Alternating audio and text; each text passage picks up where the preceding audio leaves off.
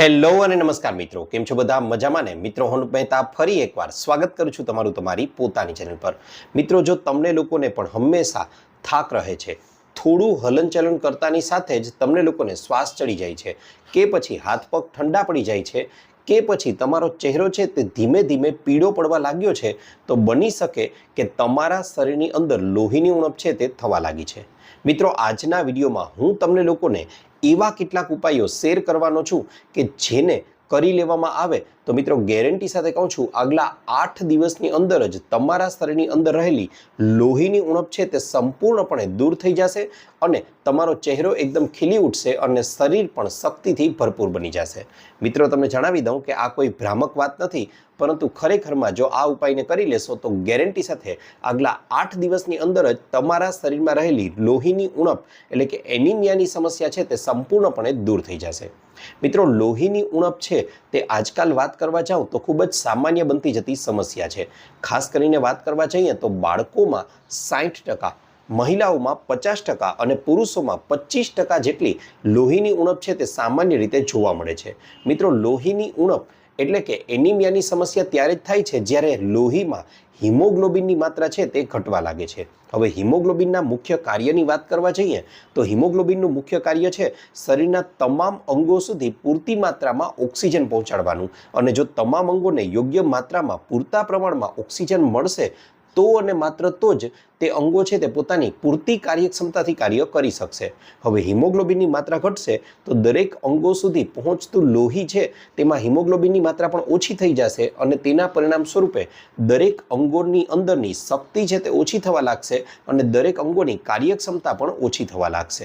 હવે તરત જ એવો પ્રશ્ન થાય કે તો પછી આ હિમોગ્લોબિનની માત્રા આપણા શરીરમાં હોવી કેટલી જોઈએ? તો મિત્રો તમને જણાવી દઉં કે એક સામાન્ય પુરુષની અંદર 13.5 થી માંડી અને 17 ગ્રામ પર ડેસીલીટર જેટલી પુરુષોમાં હોવી જોઈએ, જ્યારે મહિલાઓમાં વાત કરવા જાઉં તો 12 થી 15.5 ગ્રામ પર ડેસીલીટર જેટલી માત્રા મહિલાઓની અંદર હોવી જોઈએ। અને જો શરીરમાં લોહીની ઉણપ સર્જાય છે ત્યારે અમુક ચોક્કસ પ્રકારના લક્ષણો પણ જોવા મળે છે, જેની હમણાં આપણે ચર્ચા કરી અને તેના ઉપાયો અંગે હવે આપણે જાણવાના છીએ। મિત્રો આગળ વાત કરવા જાઉં તો તમને લોકોને હંમેશા થાક લાગેલો રહેતો હોય, કામ કરવાનું મન ન થતું હોય, હલનચલન થોડું કરો ત્યાં એકદમ શ્વાસ ચડી જતો હોય, હૃદયના ધબકારા છે તે વધી જતા હોય, સાથે સાથે ચક્કર આવવાની સમસ્યા રહેતી હોય, હાથ પગ ઘણીવાર ઠંડા પડી જતા હોય, માથાનો દુખાવો છે તે રહેતો હોય, આંખોની નીચેનો ભાગ છે ત્યાં થોડા સફેદ ડાઘ થઈ ગયા હોય અથવા તો ચહેરો પીળો પડી ગયો હોય, વાળ છે તે ખરવા લાગ્યા હોય, નખ તૂટી જવાની સમસ્યા રહેતી હોય કે પછી ચીડિયાપણું આવી ગયું હોય કે પછી બાળપણમાં જે પેન વડે પાટીમાં લગતા હતા તે પેન, માટી કે પછી બરફ ખાવાની ઈચ્છા વધારે થતી હોય, તો આ લક્ષણો એ સ્પષ્ટ સૂચન કરે છે કે તમારા શરીરની અંદર કદાચ લોહીની ઉણપ છે તે થવા લાગી છે। અને મિત્રો લોહીની ઉણપ થવા પાછળ જવાબદાર જો કોઈ મુખ્ય કારણ હોય તો એ છે આપણા શરીરની અંદર લોહ તત્વની ઉણપ। જી હા મિત્રો, કારણ કે હિમોગ્લોબિનને બનાવવા માટે લોહ તત્વ છે તે ખૂબ જ વધારે જરૂરી છે। હવે લોહ તત્વ જ આપણા શરીરમાં ઘટવા લાગે તો તેનાથી બને છે એવું કે આપણા શરીરમાં પૂરતી માત્રામાં હિમોગ્લોબિન નહીં બને, અને હિમોગ્લોબિન નહીં હોય તો ચોક્કસથી આપણે સમજી શકાય એવી વાત છે કે લોહીની ઉણપ છે તે સર્જાવાની છે। મિત્રો આવું એટલા માટે બને છે કારણ કે આપણા રોજબરોજના ખોરાકમાં આપણે લોકો લીલા પાંદડાવાળા શાકભાજી છે તેનું સેવન ઘટાડી દીધું છે। તેની સાથે સાથે બહુ ઓછા એવા લોકો હશે કે જેમના ઘરમાં લોખંડના વાસણ છે તેનો ઉપયોગ કરવામાં આવે છે, એટલા માટે પણ લોહીની ઉણપ છે તે સર્જાઈ શકે છે। આ ઉપરાંત મહિલાઓ, માતાઓ કે બહેનોને માસિકના સમયગાળા દરમિયાન શરીરમાંથી વધારે પડતા લોહીનો નિકાલ થવાના પરિણામે પણ આ પ્રકારની સમસ્યા ઉત્પન્ન થઈ શકે છે। તેની સાથે સાથે વાત કરવા જાઉં તો વધારે પડતું ચા કે કોફીનું સેવન કરવામાં આવે તો પણ શરીરની અંદર હિમોગ્લોબિનની ઉણપ છે તે સર્જાવા લાગે છે, પરંતુ મોટા ભાગે લોકો એવું કરે છે કે જ્યારે પોતાના શરીરની અંદર લોહ તત્વની ઉણપ સર્જાવા લાગે છે ત્યારે સીધા જ તેઓ લોહ તત્વ માટેની દવા છે તેનું સેવન કરવાનું, કેપ્સ્યુલ છે તેનું સેવન કરવાનું શરૂ કરી દે છે। પણ આની પરિણામે બને છે એવું કે કાં તો એ લોહ તત્વની ટેબ્લેટ્સ છે તે શરીરને સૂટ નથી કરતી અથવા તો તે શરીરમાં યોગ્ય કાર્ય નથી કરતી। તેનું મુખ્ય કારણ એ છે કે તેમાં માત્ર લોહ તત્વ જ હોય છે, પરંતુ મિત્રો એ વસ્તુ આપણે જાણી લેવી ખૂબ જ વધારે જરૂરી બની જાય છે કે લોહ તત્વ જ્યારે એકલું હોય ત્યારે યોગ્ય કાર્ય આપણા શરીરમાં નથી કરી શકતું, કારણ કે લોહ તત્વના યોગ્ય શોષણ માટે પૂરતી માત્રામાં આપણા શરીરની અંદર વિટામિન સી હોવું પણ ખૂબ જ વધારે જરૂરી છે. અને જો યોગ્ય માત્રામાં વિટામિન સી ન મળે અને માત્ર લોહ તત્વ જ આપણા શરીરને મળતું રહે તો ચોક્કસથી મિત્રો તમને જણાવી દઉં કે આપણું શરીર છે તેનો યોગ્ય માત્રામાં ઉપયોગ નહીં કરી શકતું. મિત્રો પણ ચિંતા કરવાની જરાય જરૂર નથી, કારણ કે આજના આ વિડીયોમાં હું તમને લોકોને અહીં એક એવું જ્યુસ સૂચવવાનો છું કે જેનો ઉલ્લેખ આયુર્વેદની સંહિતાઓમાં પણ કરેલો છે અને જેનું આગલા 8 દિવસ સુધી સેવન કરી લેશો તો ગેરંટી સાથે કહું છું ગમે તેવી લોહીની ઉણપ હશે તે સંપૂર્ણપણે દૂર થઈ જશે. હવે આ જ્યુસ બનાવવા માટે આપણે લોકોએ જે વસ્તુઓની જરૂર પડશે તેમાંની પહેલી વસ્તુનું નામ છે બીટ. જી હા મિત્રો, બીટ છે તેમાં માત્ર આયરન છે તે જ ભરપૂર માત્રામાં નથી રહેલું, પણ તેની સાથે સાથે આગળ વાત કરવા જાઓ તો તેમાં ફોલિક એસિડ પણ ભરપૂર માત્રામાં રહેલું હોય છે. અને મિત્રો તમે લોકો ખાલી એટલું ખાસ જાણી લો કે બીટ છે તે લોહીને વધારવા માટેની બેસ્ટ વસ્તુ છે. અભ્યાસો પરથી ખબર પડે છે કે બીટનું નિયમિત રીતે સેવન કરવામાં આવે તો તે ઓક્સિજનની માત્રા છે તેને પણ લોહીમાં વધારવાનું કાર્ય સારી રીતે કરે છે. અને લોહીમાં ઓક્સિજનની માત્રા વધશે તો તમામ અંગો સુધી યોગ્ય માત્રામાં ઓક્સિજન પહોંચી રહેશે અને તેનાથી થાક છે તે ઓછો લાગે છે અને શરીરમાં નવી શક્તિનો સંચાર થાય છે. ત્યાર પછી વાત કરવા જાઉં તો બીજા નંબર ઉપર જે વસ્તુની જરૂર અહીં આ જ્યુસ બનાવવા માટે પડશે તેનું નામ છે ગાજર. જી હા મિત્રો, ગાજરનું નામ આવે એટલે તરત જ આપણને લોકોને ખ્યાલ આવે કે ગાજર છે તે બીટા કેરોટીનથી ભરપૂર હોય છે. હવે આ બીટા કેરોટીન છે તે આપણા શરીરની અંદર જાય છે ત્યારે શરીર તેમાંથી વિટામિન એ છે તે બનાવે છે. અને મિત્રો તમને ખ્યાલ છે એ પ્રમાણે કે વિટામિન એ હિમોગ્લોબિનના ઉત્પાદનમાં ખૂબ જ મહત્વનો ભાગ ભજવે છે. આ ઉપરાંત ગાજરનું જ્યુસ છે તે આપણી ત્વચા, હૃદય અને લીવરનું સ્વાસ્થ્ય પણ સુધારે છે. અને તેની સાથે સાથે અહીં ત્રીજી વસ્તુ જે ખૂબ જ વધારે ઉપયોગી છે આ જ્યુસમાં તેનું નામ છે આમળા. મિત્રો આમળા છે તે માત્ર આપણા લોહીને વધારવાનું જ કામ નથી કરતા, પણ તેની સાથે સાથે લોહીની આંતરિક શુદ્ધિ કરવાનું પણ કાર્ય કરે છે. મિત્રો હમણાં વાત કરી એ પ્રમાણે તમને લોકોને ખ્યાલ જ છે કે આપણા શરીરમાં લોહી બનાવવા માટે માત્ર લોહ તત્વ પૂરતું નથી, તેની સાથે સાથે વિટામિન સી પણ ખૂબ જ વધારે જરૂરી છે. તો તમને જણાવી દઉં કે એક આમળાની અંદર 20 સંતરા જેટલું વિટામિન સી રહેલું હોય છે.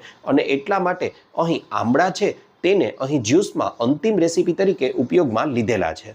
મિત્રો અહીં જ્યુસમાં આપણે લોકોએ આમળાને એટલા માટે ઉમેરેલા છે કારણ કે તે લોહ તત્વથી તો ભરપૂર છે જ, પણ તેની સાથે સાથે આમળાને જ્યુસમાં ઉમેરવાથી તેનો સ્વાદ છે તે પણ સરસ મજાનો ખટમીઠો બની જશે. મિત્રો હવે આપણે લોકો એ જાણી લઈએ કે આ જ્યુસને બનાવવાનું છે કઈ રીતે. સૌથી પહેલાં તો એક મીડિયમ સાઇઝનું બીટ લઈ લેવાનું છે. તેની સાથે સાથે આપણે લોકોએ અહીં જરૂર પડશે લગભગ 200 ગ્રામ જેટલા ગાજરની અને તેની સાથે એક આમળાની.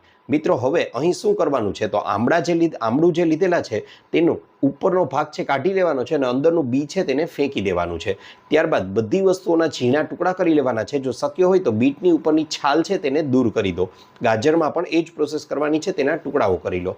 હવે ત્રણેય વસ્તુઓને મિક્સરના ખાનામાં ઉમેરી દો અને તેની સાથે સાથે ઉપરથી થોડું પાણી ઉમેરી દો. ત્યારબાદ બરાબર રીતે તેને પીસી લો, તેનું ગ્રેવી જેવું ટેક્સચર છે તે બનાવી લો.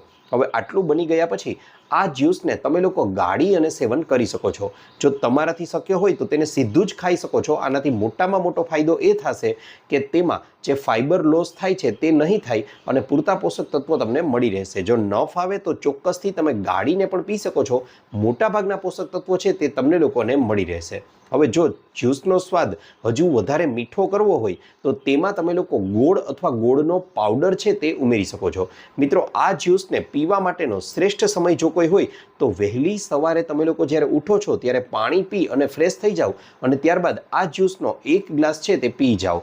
તેના અડધાથી 1 કલાક પછી તમે લોકો તમારો નાસ્તો એટલે કે સવારનો બ્રેકફાસ્ટ છે તે કરી શકો છો. ઉપરાંત સવારના નાસ્તાના 2 કલાક પછી અને બપોરના લંચના 1 કલાક પહેલાં પણ તમે આ જ્યુસનું સેવન કરી શકો છો. મિત્રો એક વાત ખાસ યાદ રાખજો કે સાંજે 6 વાગ્યા પછી કોઈ પણ સંજોગોમાં આ જ્યુસ છે તેનું સેવન ન કરવું. આ ઉપરાંત આ જ્યુસને ક્યારેય પણ પીવો છો ત્યારે ઉતાવળ ન કરવી જોઈએ. તેને ધીમે ધીમે પીવાનો આગ્રહ રાખવો કે જેથી કરીને શરીર છે તે તેને બરાબર રીતે પચાવી શકે. આ ઉપરાંત આ જ્યુસને આગલા 8 દિવસ સુધી તમે એક ધારું રોજે રોજ એક ગ્લાસ છે તે પીવા માંડશો તો તમારા હિમોગ્લોબિનનું લેવલ છે તે તો સંપૂર્ણપણે પાછું નિયંત્રણમાં આવી જ જશે. તેની સાથે સાથે તમારી ત્વચા છે તે પણ એકદમ ચમકવા લાગશે, શરીરમાં તાકાત વધી જશે, ખરતા વાળની સમસ્યા અટકી જશે. આ ઉપરાંત કાળા હોઠ પણ ધીમે ધીમે લાલ થવા લાગશે. મિત્રો, આ ઉપરાંત વાત કરવા જાઉં તો અહીં તમને લોકોને સ્પષ્ટપણે એવો પ્રશ્ન થતો હશે કે શા માટે આ જ્યુસનું સેવન 8 દિવસ માટે જ કરવું જોઈએ. તો મિત્રો, તમને જણાવી દઉં કે આપણું શરીર છે તે જુદા જુદા પ્રકારની 8 ધાતુઓથી બનેલું છે, જેમાં સૌથી પહેલું આવે છે રસ અને બીજી આવે છે રક્ત. અને લગભગ આ 8 ધાતુઓને બનવા માટે 3-4 દિવસનો સમય લાગે છે. એટલે કે આગલા 8 દિવસ સુધી તમે બીટના જ્યુસનું સેવન કરશો તો અહીં રક્ત છે તે સારી માત્રામાં બની જશે. અને આનું પ્રૂફ તમે લોકો સેવન કરો છો તેના પહેલા દિવસે બ્લડ રિપોર્ટ કરાવી શકો છો અને 8મા દિવસ પછી બ્લડ રિપોર્ટ કરાવી શકો છો. તમારા લોહીની માત્રામાં સારો એવો ફેરફાર તમને લોકોને ચોક્કસથી જોવા મળશે. આ ઉપરાંત મિત્રો, વાત કરવા જાઉં તો આને તમે અઠવાડિયા કે મહિના સુધી પણ કન્ટિન્યુ કરી શકો છો. તેનાથી તેના ફાયદાઓમાં ઘણો ખરો વધારો થઈ શકે છે. આ ઉપરાંત મિત્રો, વાત કરવા જાઉં તો આવા જ્યુસનું સેવન કરવાની સાથે સાથે માત્ર બીટનું જ્યુસ બનાવી અને તેમાં અન્ય વસ્તુઓ છે તેને પણ ઉમેરી શકાય છે. તેનાથી ફાયદો એ થશે કે તમારા પેટમાં હાજર જે બેક્ટેરિયા છે તે નાઇટ્રેટમાં રૂપાંતર કરે છે અને ત્યારબાદ તમારું પેટ છે તે નાઇટ્રિક ઓક્સાઇડમાં તેનું રૂપાંતર કરી આપે છે અને તેના પરિણામ સ્વરૂપે આપણી રુધિર વાહિનીઓ છે તેમાં લોહીની માત્રા વધે છે. અને આ માટે તમે લોકો આ બીટના જ્યુસની અંદર લીંબુનો રસ છે તેને પણ ઉમેરી શકો છો. તેનાથી 33% જેટલું નાઇટ્રિક ઓક્સાઇડમાં વધારો થાય છે. લીંબુના રસમાં વિટામિન સી એટલે કે સાઇટ્રિક એસિડ ભરપૂર માત્રામાં રહેલું હોય છે. આ ઉપરાંત મિત્રો, વાત કરવા જાઉં તો 1-2 કાચી લસણની કળીઓ લઈ તેને પીસી 10 મિનિટ સુધી રહેવા દો. તેને પીસી અને 10 મિનિટ રહેવા દેવાથી તેની અંદર રહેલું એલ્સિન નામનું કમ્પાઉન્ડ, એલ્સિન નામનું તત્વ છે તે એક્ટિવેટ થઈ જાય છે અને ઉપરાંત તેમાં ADMA નામનો એન્ઝાઇમ ઉત્પન્ન થાય છે. પરિણામે 28% જેટલો જે લોહીની માત્રા છે તેમાં વધારો થવાની શક્યતાઓ ખૂબ જ વધારે વધી જાય છે. માટે અહીં લસણની કળીઓનું સેવન પણ કરી શકો છો. આ ઉપરાંત તમે લોકો આ બીટના જ્યુસની અંદર એક અલગ તત્વ તરીકે અહીં આદુ છે તેને પણ ઉમેરી શકો છો. થોડો આદુનો રસ ઉમેરી અને તેમાં તમે બીટના જ્યુસનું સેવન કરી શકો છો. આદુનો રસ ઉમેરવાથી બને છે એવું કે એક સામાન્ય ઉદાહરણથી સમજાવવાનો પ્રયત્ન કરું તો 1 ચમચી જેટલું પાણી છે અને 1 ચમચી જેટલું સિરપ છે, બંનેને તમે વહેવા માટે દેશો તો તમને ખ્યાલ આવે કે પાણી વધુ સરળતાથી વહી શકે છે, જ્યારે સિરપ નહીં. ખાસ કરીને આપણું લોહી જે સિરપ જેવો પ્રકાર ધારણ કરી લીધો છે અને તેનો વહેવાનો વેગ ધીમો થઈ ગયો છે, તેને ફરીથી પાણીની જેમ વહેતું કરવા માટે આદુ છે તે ખૂબ જ મહત્વનું છે. અને આ લોહીના પ્રવાહને વહેતો વધારવા માટે તેની ગતિમાં 23% જેટલો વધારો કરવા માટે બીટ અને આદુનો રસ છે તે પણ ખૂબ જ વધારે ઉપયોગી માનવામાં આવે છે. તો મિત્રો, આ રીતે અહીં મેં તમને લોકોને બીટનું જ્યુસ વિશે જુદી જુદી રેસીપી શેર કરી છે. તેમાંથી તમે કોઈ પણ રેસીપીનો ઉપયોગ કરી અને તેને રોજે રોજ 8 દિવસ સુધી તો પ્રયોગ કરવો જ જોઈએ. તેનાથી લોહીની ખામી છે તેને સંપૂર્ણપણે દૂર કરી શકાય છે. આ ઉપરાંત મિત્રો, વાત કરવા જાઉં તો 40, 45 કે 50 ઉંમરથી વધારે ઉંમરના વડીલો છે તેમણે અમુક ચોક્કસ નિયમોનું પાલન પણ કરવું જોઈએ, જે હવે તમને જણાવી દઉં. જેમ કે સૌથી પહેલાં તો વહેલી સવારે ઉઠવાનો પ્રયત્ન કરવો જોઈએ. આદર્શ સમય 5 વાગ્યાથી 6 વાગ્યાની વચ્ચેનો છે. આ સમયે ઉઠી અને સૌથી પહેલાં તો તમે લોકો થોડું નવસેકું પાણી છે તે પીવાનો આગ્રહ રાખો, જેમાં 1 ગ્લાસ, 2 ગ્લાસ, 3 ગ્લાસ કે 4 ગ્લાસ સુધી પી શકો છો. આટલું પાણી પી લીધા પછી અહીં જે જ્યુસની રેસીપી સૂચવી છે તે પણ પી શકો છો અને તેના 15-20 મિનિટ કે પોણો કલાક પછી તમે સામાન્ય કસરત છે તે ચોક્કસથી કરવી જોઈએ, જેનાથી તમે દીર્ઘાયુ છે તે મેળવી શકો છો. લાંબી ઉંમર સુધી તમને બીમારી છે તે અડી પણ નહીં શકે. આ માટે સૌથી પહેલાં તો તમારે તમારા ઘરની બાલ્કની છે, ફળિયું છે અથવા તો અગાસી છે અથવા કોઈ ખુલ્લી જગ્યા એવી ગોતવાની છે કે જ્યાં આજુબાજુમાં થોડી મનથી તમે શાંત જગ્યા હોય અને તેની સાથે સાથે વૃક્ષોની માત્રા હોય કે જેથી તમારું મન છે તે એકદમ પ્રફુલ્લિત રહે. હવે આ જગ્યા પર યોગા મેટ પાથરી અને તેના પર બેસી અને 10 થી 15 મિનિટ સુધી તમારે લોકોએ અનુલોમ વિલોમ અને 10 થી 15 મિનિટ સુધી કપાલભાતિ જેવા પ્રાણાયામ કરવા જોઈએ. મિત્રો, કપાલભાતિ છે એ એવું પ્રાણાયામ છે, અનુલોમ વિલોમ પણ એવા પ્રાણાયામ છે કે જે પગના નખથી માંડી અને માથાના વાળ સુધી લગભગ તમામ બીમારીઓનો ઈલાજ કરવા માટે સક્ષમ છે. પરંતુ એટલું જણાવી દઉં કે રાતોરાત કોઈ વસ્તુની અસર નહીં થાય, કોઈ ફેરફાર નહીં થાય. આ માટે તમારે લોકોએ ચોક્કસથી એક પ્રયોગ કરવો ખૂબ જ વધારે જરૂરી બની જાય છે કે આને ઘણા દિવસો સુધી સતત કન્ટિન્યુ કરવાનું છે. આ ઉપરાંત મિત્રો વાત કરવા જાઓ તો ત્યાર પછી જો તમારું શરીર સાથ આપતું હોય તો તમારે લોકોએ તિતલી પ્રાણાયામ છે, ગૌમુખાસન છે, આ ઉપરાંત આગળ વાત કરવા જાઓ તો તમે લોકો સર્વાંગાસન છે, શવાસન છે, આ પવન મુક્તાસન છે, આવા આસનો પણ કરી શકો છો। આની સાથે સાથે જો તમારું શરીર યોગ્ય સાથ આપે તો ચોક્કસથી 15 થી 20 જેટલા સૂર્ય નમસ્કાર પણ કરવા જોઈએ, જે તમને લોકોને ખૂબ જ વધારે ફાયદો કરી શકે છે। ત્યારબાદ મિત્રો આ વાત આવે છે બપોરની, તો બપોરના ભોજનમાં તમે જેટલી રોટલી ખાવ છો તેમાંથી એક રોટલીની માત્રા ઘટાડી અને તેના બદલામાં 1 કપ દહીં અથવા તો એક મોટો ગ્લાસ ભરી અને છાશનું સેવન કરવું જોઈએ। તેની સાથે સાથે વધારે માત્રામાં શાકભાજીનું સેવન પણ કરવું જોઈએ। આ ઉપરાંત સાંજના સમયે કે જ્યારે બહારનું પડીકું કે લારીઓમાં મળતો ખોરાક છે તે ખાવાનું મન થાય તો તેને તો સંપૂર્ણપણે બંધ જ કરી દેવાનું છે। આ ઉપરાંત વધારે મસાલાવાળો કે તળેલો ખોરાક પણ ન ખાવો જોઈએ, તો તમે લોકો આનાથી વધારે લાંબો સમય સુધી હેલ્ધી રહી શકશો। હવે સાંજના સમયે ભૂખ લાગે જ છે તો તેનો એક સારો વિકલ્પ તમે આપી શકો, અહીં આપું છું કે તમે અહીં ડ્રાય ફ્રૂટ્સનું સેવન કરી શકો છો। ખાસ કરીને એક ઉદાહરણ સાથે કહેવા જાઉં તો અહીં શ્રેષ્ઠ ડ્રાય ફ્રૂટ તરીકે તમે મખાણાનું સેવન કરી શકો છો। મખાણાને શુદ્ધ દેશી ગાયના ઘીમાં થોડા શેકી અને ઉપરથી થોડું સંચળ ભભરાવી અને તેનું સેવન કરશો તો તેની સામે સારામાં સારી ચિપ્સ છે તે પણ ટૂંકી પડી જશે। અને મિત્રો સૌથી અગત્યનો અને મહત્વનો નિયમ કે જે આ દરેક નિયમો પર ભારે પડે છે એ છે રાત્રિનું ભોજન। આમ તો રાત્રિનું કહેવાય જ નહીં, કારણ કે સાંજનું ભોજન।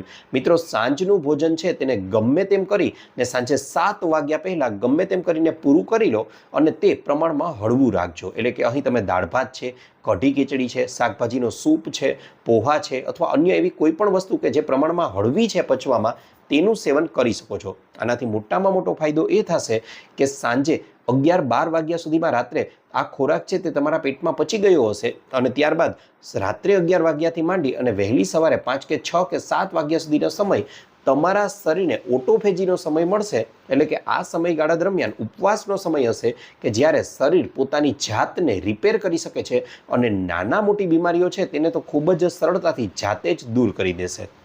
મિત્રો આ નિયમ તમે લોકોએ જોયો હશે કે આપણા દેશના ખેડૂત ભાઈઓ છે, ખાસ કરીને ગુજરાતમાં, અને ત્યારબાદ વાત કરવા જાઉં તો આપણા દાદા દાદી કે નાના નાનીને પણ આ નિયમ અપનાવેલો હતો અને એટલા માટે જ તેઓ સાંજે 7 વાગ્યા પહેલાં તેમનું છેલ્લું ભોજન છે દિવસનું તેને પૂરું કરી લેતા અને એટલા માટે જ તે લોકો લાંબુ આયુષ્ય અને નિરોગી આયુષ્ય ભોગવી શકતા। તેના પાછળનો મુખ્ય હેતુ જ અને મુખ્ય નિયમ જ આ છુપાયેલો હતો। માટે આ નિયમોને વળગી રહેશો તો ગેરંટી સાથે કહું છું લાંબો સમય સુધી નિરોગી દીર્ઘાયુ તમે છે તે ભોગવી શકશો। મિત્રો જો તમને લોકોને એવું લાગતું હોય કે આ વિડીયોમાંથી કંઈક નવું જાણવા મળ્યું છે તો ચોક્કસથી વિડીયોને આપજો એક નાનકડું લાઇક અને ચેનલને કરી લેજો સબસ્ક્રાઇબ। આ ઉપરાંત આપને પણ કોઈ હેલ્થ કે બ્યુટી સંબંધિત સમસ્યા હોય તો એ પણ જણાવજો, અમે તેને અનુરૂપ પણ નવા વિડીયો લાવવાનો પૂરતો પ્રયાસ કરીશું। સાથે સાથે આપ આ વિડીયો ક્યાંથી જોઈ રહ્યા છો, કયા ગામ, કયા શહેર, કયા તાલુકા, કયા જિલ્લા, કયા રાજ્ય કે કયા દેશમાંથી, એ પણ અમને જણાવજો, કારણ કે અમને લોકોને જાણીને આનંદ થાય છે કે તમે અમારો વિડીયો ક્યાંથી જોઈ રહ્યા છો, અમારી ઓડિયન્સ અમને ક્યાંથી જોઈ રહી છે। આપનો ખૂબ ખૂબ આભાર।